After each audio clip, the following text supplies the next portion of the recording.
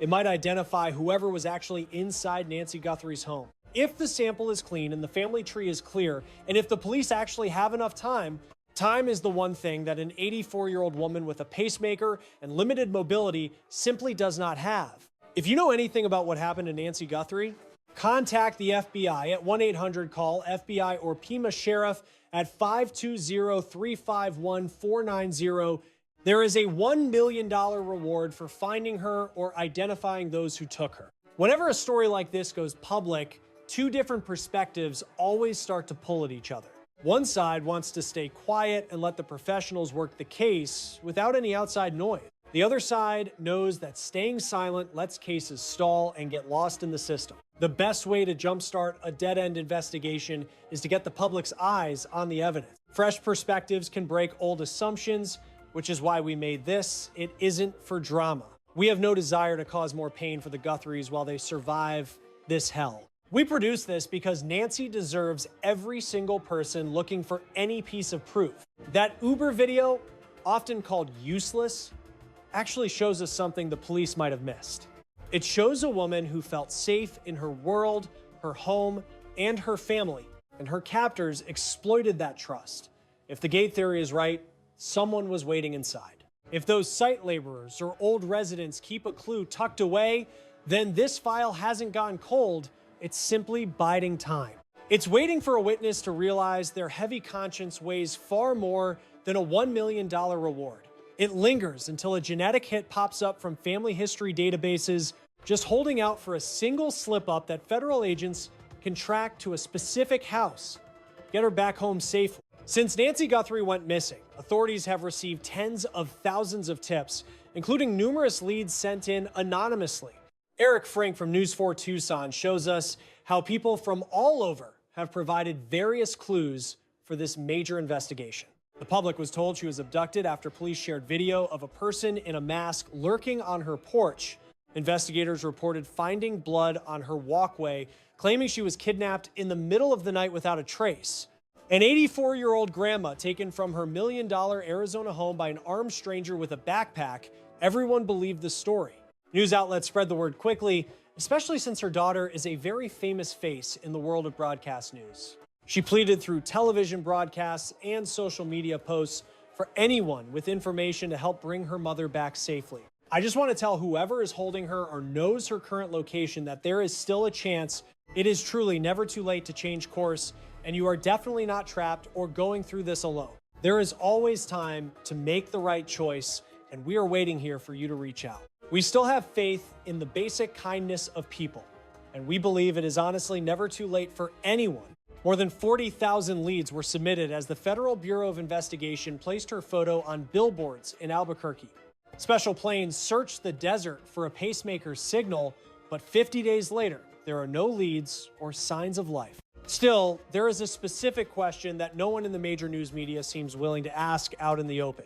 What if that video being called her final appearance, showing her in a rideshare, tells a much different story than reported? Filmed the day before she vanished, does it just show her going to a restaurant or something the police are hiding? Could the official kidnapping story, based on grainy clips, blood drops, and a hooded figure, be missing a very important detail? What if the evidence itself is actually screaming a truth that completely contradicts the narrative the public has been told so far? When you analyze every bit of known evidence in the Guthrie case, and I mean everything, you find massive, undeniable contradictions.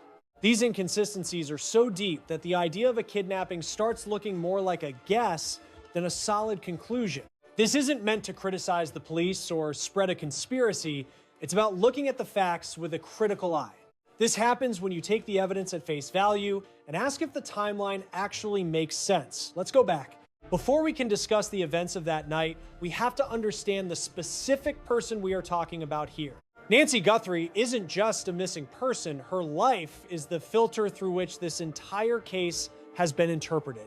Nancy is an 84-year-old widow and mother to 3 grown kids named Annie, Cameron, and her daughter, Savannah.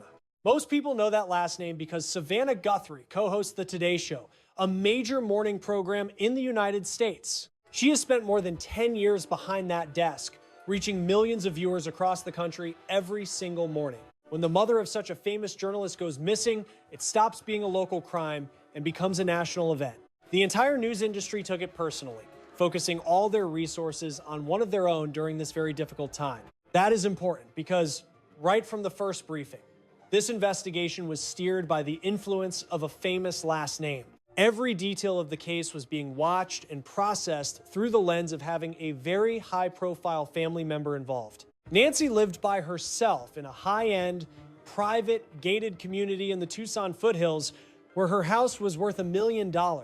Those who knew her said she was mentally sharp and completely alert, a sentiment shared by the local sheriff's department. While the sheriff noted her mental clarity, he mentioned she was physically weak with high blood pressure and a heart pacemaker. According to officials, she could barely walk 50 yards without struggling. I want you to really think about that for once. A woman who can't walk 50 yards, who needs daily meds and a heart monitor synced to her phone via Bluetooth, is supposedly kidnapped in the middle of the night, pulled from her residence, and taken away by some unknown person. She was allegedly put into a vehicle and just disappeared from the world without anyone seeing a single thing happen. No neighbors heard screaming. There was no forced entry inside, and the only proof was a few blood drops outside. This is where the story starts to break down, bringing us to the core reason why you are watching this video. Let's look at the clip that the police have identified as likely being the final video of Nancy Guthrie alive at 5:32 p.m. on Saturday, January 31st, 2026. Nancy called for a ride from her home. She was heading to her daughter Annie's for dinner, a simple family gathering that seemed totally normal for a desert evening. The driver picked her up, drove her 4 miles across town, and dropped her off at her daughter's place as requested. That was the whole trip, but the driver had a camera recording the interior, which makes this footage extremely significant. Every single syllable uttered in that car, every slight twitch, every twitch of Nancy Guthrie's features, it was all recorded. That chauffeur worked with the police right away. He handed over the whole lot. Federal agents grilled him for hours. Detectives scoured each second of the tape. While on Crime Stories with Nancy Grace, journalist Dave Mack detailed the police findings. They found zip, 0 red flags, no odd conduct, no sketchy talk. It was a totally standard ride from start to finish. Ex-FBI tech specialist Scott Aker explained the precise details the authorities searched for within those video clips. Did she seem lucid? Was her gait steady? What was her outfit? Did she act like someone who felt threatened at all? According to every available report, the responses were all perfectly ordinary. Mrs. Guthrie traveled to her child's place, entered, ate a meal, and enjoyed some gaming with her relative. Beyond the absences, this rideshare clip reveals one fact. At 5:32 p.m. on January 31st, Nancy Guthrie appeared completely fine. She booked a car through a mobile app, a task needing a cell phone and some tech savviness. She hopped into a car with a random driver. Her behavior during the trip was totally typical. She seemed sharp and fully there. This lady was clearly in her right mind just hours before her mysterious disappearance. This footage also sheds light on the prep work done by anyone potentially involved in her vanishing. Should this be a premeditated abduction, as the cops keep suggesting, then the crooks must have tracked her schedule. They had to know her departures, her arrivals, and especially her exterior camera setup. That mundane car ride footage serves as the starting point for the timeline. The real mystery starts following that trip. Once dinner ended, Annie's spouse, Tommaso Cioni, gave Nancy a lift back. He stayed by her side until she was safely indoors. The garage entry triggered at 9:48 p.m. It shut at 9:50 p.m. Sheriff Chris Nanos of Pima County confirmed they figured Nancy was in for the night then. The following events are where the formal account starts to get murky and full of holes. Before dawn on February 1st, Nancy Guthrie's front door security cam went offline around 1:47 a.m. The sensors picked up movement. Yet since she lacked a paid monthly plan, no video stream was uploaded or archived online. This vital point often gets ignored by the major news outlets. That specific camera should have yielded 0 viewable files. However, the federal investigators pulled off a miracle. Detectives accessed the manufacturer's deep servers to extract what they termed leftover digital footprints. They salvaged clips that theoretically shouldn't have been there without an active account. Director Kash Patel of the Bureau shared the found video right on social media, noting it depicted a gunman seemingly messing with the lens at Nancy Guthrie's entrance the day she went missing. The video reveals a masked person in full gear carrying a dark 25-liter Ozark Trail bag typically bought for $11 at Walmart. A sidearm pouch was visible, likely holding a handgun. This individual walks up, lifts a hand to the sensor, then plucks some scrub brush and covers the glass with the leaves. After that, the recording cuts out. 25 minutes following that blackout, a different sensor flagged a human presence, though no video exists for that moment. This specific time marker provides the most significant clue. A Bluetooth link connected Nancy Guthrie's heart regulator to her mobile device. The tracking software logged a total disconnect at 2:28 a.m. sharp on February 1st. Her phone was left at home. Consequently, the police are operating on this premise. Sometime after 2:28 a.m., Nancy was taken a distance from her handset where the signal between her heart implant and phone finally broke. The device remained in the house. She was gone. Police used a specialized aerial scanner known as a signal sniffer to probe the sands for the implant's unique electronic pulse. The mission yielded absolutely no results. No signal was picked up, suggesting she was whisked away rapidly or the medical device itself was compromised. We should examine the hard clues step by step because once organized, a specific theme becomes clear and it contradicts the story the police are telling. A string of red stains was discovered on Nancy Guthrie's entryway. Lab tests proved it was her DNA. Sheriff Nanos categorized the volume as very small. The official wouldn't say if those stains were there prior to her disappearance or if they appeared while she was being snatched. Faint red traces, a lady unable to trek 50 yards, supposedly hauled away by one or perhaps multiple unidentified individuals, a reinforced barrier blocking the entrance, which one local claimed was practically impossible for anyone to force open in a hurry. That biological evidence exists, yet a tiny amount doesn't always point to a struggle. It might suggest a stumble or health crisis. Perhaps an incident occurred right by the entrance either before or after Nancy stepped out of her own accord. Detectives located genetic evidence in Nancy Guthrie's residence that failed to link back to her relatives, frequent guests, or cleaning staff. Authorities called this mystery sample a mixture, implying it likely held biological data from multiple individuals, which makes extracting a distinct genetic profile a technical nightmare. Following several weeks of laboratory analysis, those samples taken from the house failed to trigger any hits within the federal crime registry. The department turned to a different resource, forensic genetic genealogy, which is the exact method utilized to catch the Golden State Killer many years later. Up until the moment we filmed this report, no positive identification has been confirmed. One dark glove was discovered roughly 2 miles from Nancy's place. Federal agents remarked that it looked identical to the pair seen on the individual in that porch camera video. Forensic screening performed on this item revealed biological traces belonging to an unidentified man. Once uploaded to the federal system, nothing came up. But here is the strange part. At the start of the probe, another glove found near the house was linked to a neighborhood diner employee who was completely unrelated to the crime. It was merely trashed, discarded, and ignored right by the search zone. In all, 16 pairs of hand coverings were gathered from the immediate nearby vicinity. The majority belonged to people on the rescue crews. The single critical piece of evidence, carrying that mystery male profile, has yet to lead to any charges. Federal experts reviewing the clip determined the perpetrator carried a dark 25-liter Ozark Trail bag, a specific item found only at Walmart for about $11. The disguise and the rest of the outfit were likely bought at that same retail giant as well. This either shows a deliberate attempt to buy cheap gear without being tracked, or it is a distraction meant to frame a blue-collar worker who typically buys their equipment there. Someone online pointed out a detail that the police haven't actually ruled out just yet.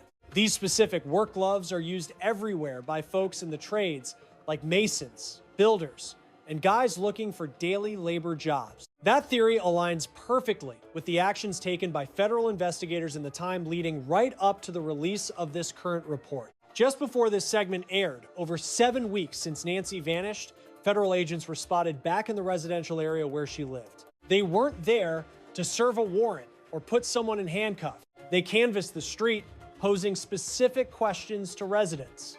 Reporter Brian Enton from News Nation, who has provided the most extensive local coverage of this story, was the first to reveal these specifics. The feds wanted to know if any residents had relocated from the block right before Nancy went missing.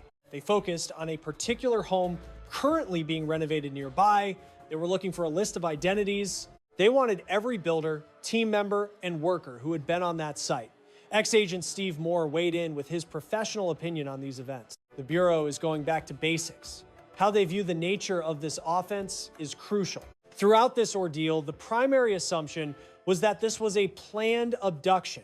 To single out a victim, however, you must first cross paths with them at some point.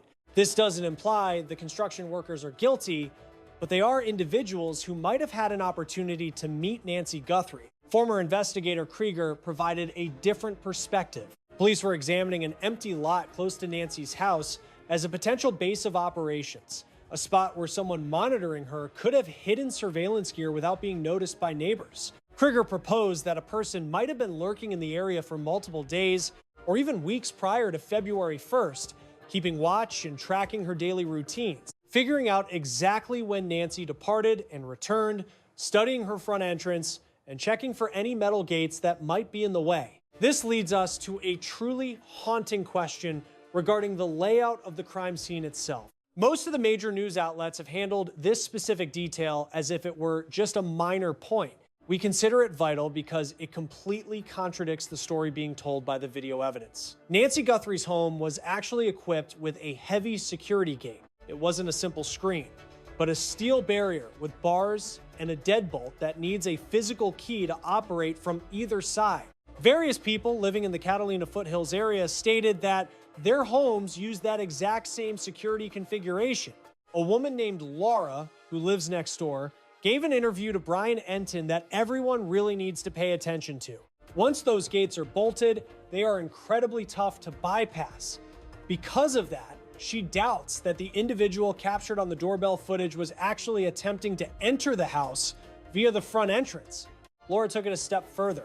I've always been dead certain there were at least 2, maybe even 3 people involved. After reviewing the doorbell video, she concluded the masked figure wasn't the one calling the shots. He was just the muscle outside.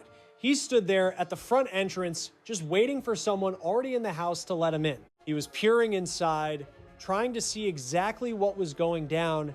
Laura told Enton she thought he was just hanging around for someone to walk out. That's why I've always been convinced this was a multi-person job. Think about that for a second.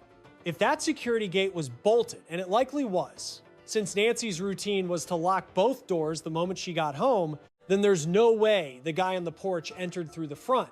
That implies the primary entry point was somewhere else entirely. A back door, a side window, or more chillingly, someone who was already hiding inside before the masked man ever appeared on camera. Former FBI agent Steve Moore challenged this idea, noting that if an intruder could sneak in without being filmed, they could leave the same way. He dismissed the whole security gate theory as total nonsense. But Moore's logic doesn't solve the fundamental issue.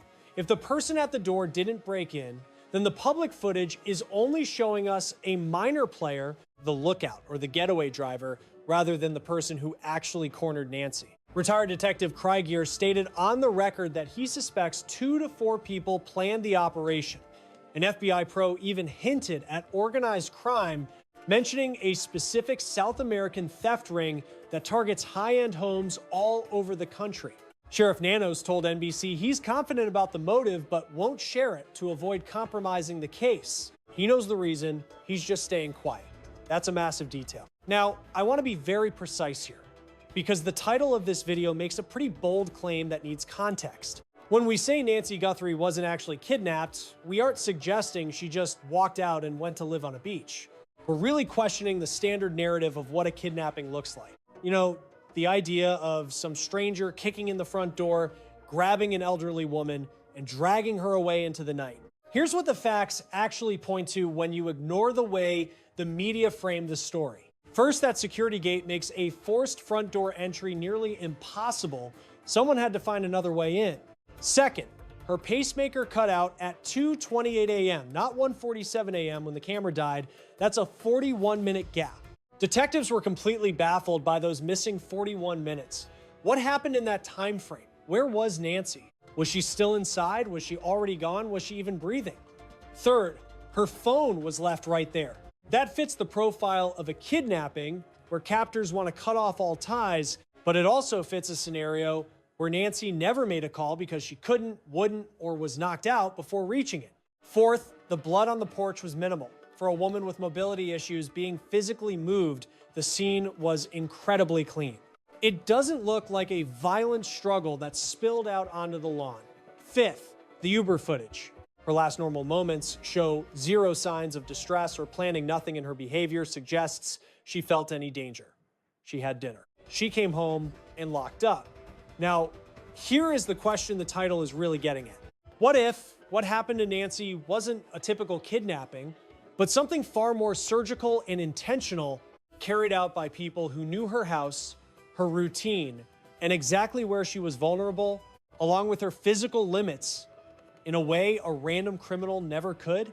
What if the term kidnapping, with its image of random luck and chaos, is actually hiding the truth by making this seem less professional than it really was? Because everything the neighborhood casing, the untraceable gear from Walmart, the targeted hit on the specific doorbell camera, the 41 missing minutes, the mystery DNA, and the locked gate that required an inside player, all of it suggests a calculated hit, not a random crime. And high-level operations involving inside information are, by their very nature, not random abduction. They represent something much more difficult to say out loud. Within 24 hours of her being reported missing, ransom notes arrived at Tucson TV stations. 2 notes, 2 separate deadlines. February 5th, then February 9th, a man in Southern California was eventually busted on federal charges. He'd been sending fake ransom texts trying to profit from the tragedy. He wasn't involved in the crime. But there were other notes the cops acknowledged, but never fully confirmed or denied. The family answered at least one, posting a video saying, "We got your message and we understand. Please, just give our mom back. This is everything to us and we are willing to pay." That one sentence sent a chill down everyone's spine. We've got your note and we hear you loud. It wasn't just some random tip or a vague report. That wording points to a genuine exchange, a legitimate dialogue, no matter how shaky it is. As time passed, Savannah Guthrie ramped up her pleas. "We're reaching a point of total crisis," she declared as the payment deadline approached. Eventually, she admitted her mother might be gone. While hiking the reward to $1 million, the FBI added $100,000 more. Puma County threw in $200,000. In total, over $1 million is on the table for any solid information. Up to this moment, nobody has come forward to claim that money. Ex-agent Harry Trombus mentioned that the ransom motive seems increasingly unlikely as the days drag on and the investigation continues. Had cash been the goal, the kidnappers had many chances to collect, yet they passed on every single one of them. If money wasn't the motive, then what was? Sheriff Nana says he's got a pretty good handle on why it happened. He stated that this kidnapping was no accident. He's also cautioned everyone that these criminals might choose to strike another victim. Just because a high-profile family was hit doesn't mean the average person is out of harm's way or safe. That alert is terrifying, not for its flair, but for its precision. You wouldn't caution against copycats if you thought it was personal. You issue a warning when you suspect an organized crew is at work, and Nancy Guthrie wasn't their sole objective or target. Let's be real about the status. Over 50 days have gone by since Nancy Guthrie disappeared from her home in Tucson. The local sheriff's office and the FBI have sifted through 40,000 to 50,000 leads provided by the general public. Scores of officers have been on this beat, ground crews have scoured the brush, planes and drones have patrolled the skies. Genetic samples were analyzed and checked, yet yielded nothing. To date, 0 suspects have been officially named or identified by police. The sheriff maintains that the team is narrowing the gap. He's confident they've pinpointed the reason behind the entire crime. He mentioned that the combined biological evidence found indoors might eventually pay off through a family tree or genealogical search. However, the distance between getting warm and making an actual bust is the void her relatives inhabit every single day. The local sheriff's office just shared news about a major shift in how they're distributing their personnel and assets. transitioning from the massive all-hands approach of the start to a focused group of detectives collaborating closely with the FBI. They're presenting this move as a tactical pivot rather than a sign of things winding down or stopping. Retired federal agent Harry Trombas provided what might be the most grounding and sobering perspective on the case. Police will probably keep digging as long as there are leads, but that doesn't necessarily mean they're hopeful about a recovery. The surveillance planes turned up blank, her heart monitor isn't transmitting, her cell phone was discovered right where she left it. Security feeds were cut, the recovered gloves didn't trigger any hits. The biological traces found inside are messy and very complex. All the tangible clues have dried up. The only paths left to follow are based purely on psychological and behavioral patterns. The laborers on site, the ex-neighbors who packed up right before she vanished, and those living nearby are being looked at. The empty residence that served as a base. And the gate, always that gate. We've unraveled quite a bit of ground here. Let's assemble all these pieces into one clear narrative and be straight about what it does and doesn't actually prove. Nancy Guthrie was at home at 9:50 p.m. on January 31st. She was doing fine, and the final clip of her, the rideshare footage from earlier that day, seemed totally normal.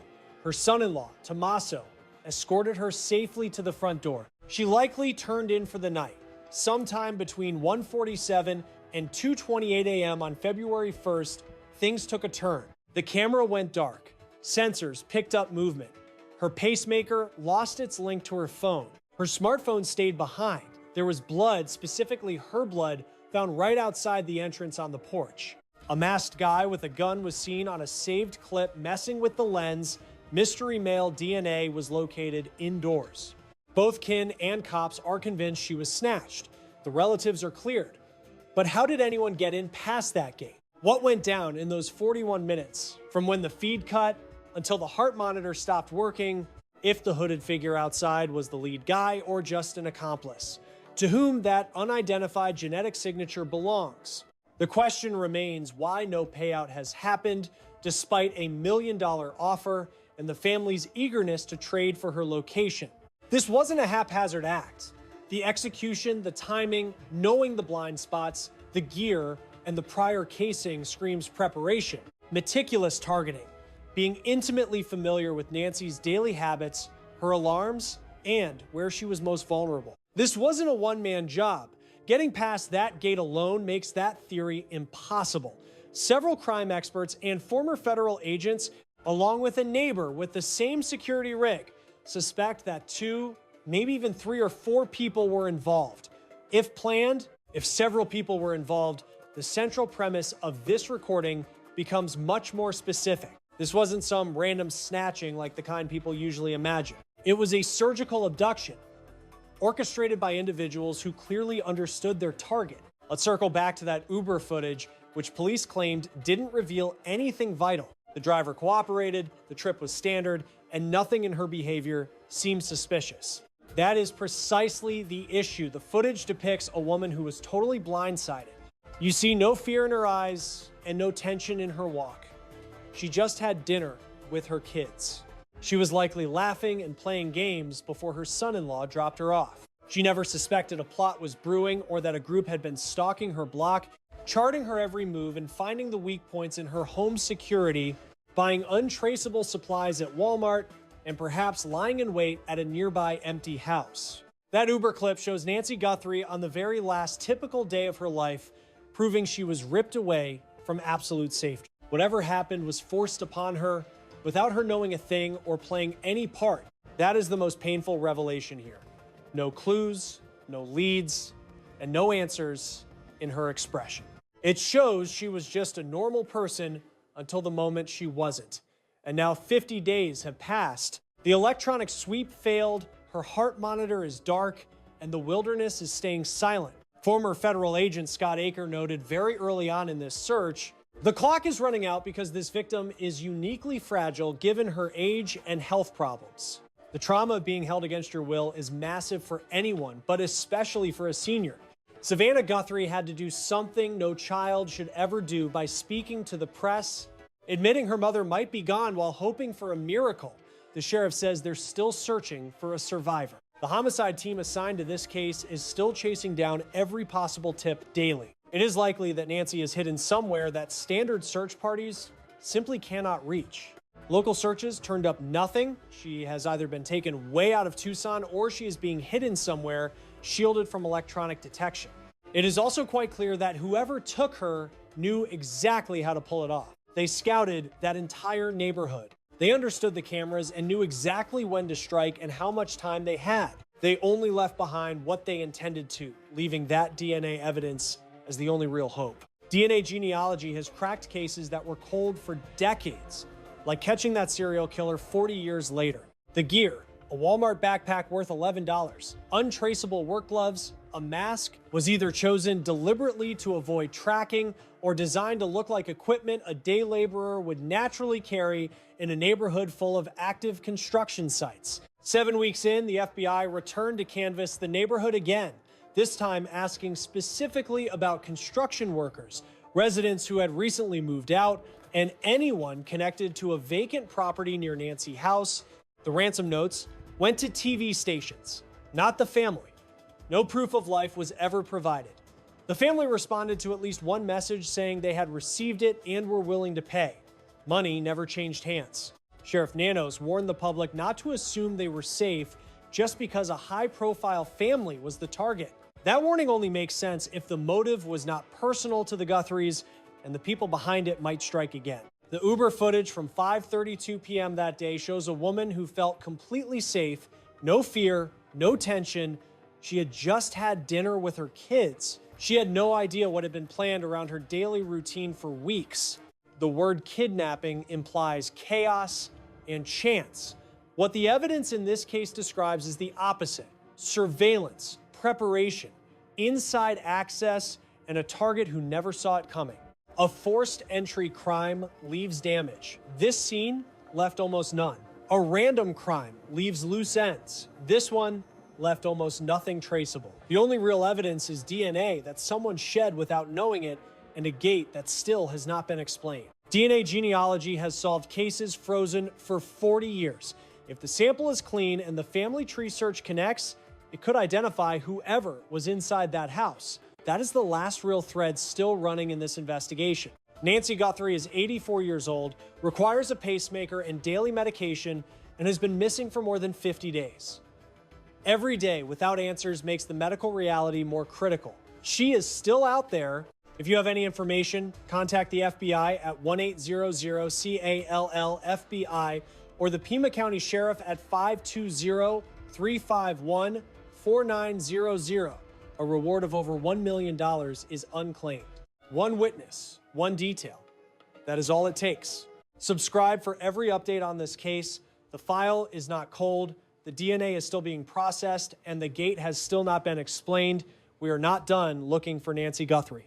Over 50 days, more than 40,000 tips, 0 suspects named, and one detail that almost every major news outlet treated as minor: Nancy Guthrie's front door had a reinforced steel security gate that required a physical key from both sides. If that gate was locked, the masked man on the porch could not have entered through the front, which means either someone let him in from the inside or the actual entry point was somewhere else entirely. Her neighbor Laura, who has the same security setup, said it plainly. The man on camera was not trying to get in. He was waiting for someone already inside the house to walk Nancy out to him.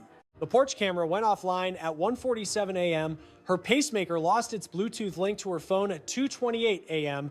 That is a 4-1-minute gap that investigators have never publicly explained. Her phone was found inside the house. The blood on the porch was minimal. For a woman who could barely walk 50 yards, the scene was unusually clean for a violent, forced abduction. The mystery DNA found inside the home did not match Nancy, any family member, or any known frequent visitor. After weeks of lab work, it triggered no hits in the federal database. Forensic genealogy is now being applied. A glove found 2 miles away matched the style seen on the suspect and carried an unidentified male DNA profile. 16 gloves total were collected near the scene. Only one mattered. It has led nowhere yet.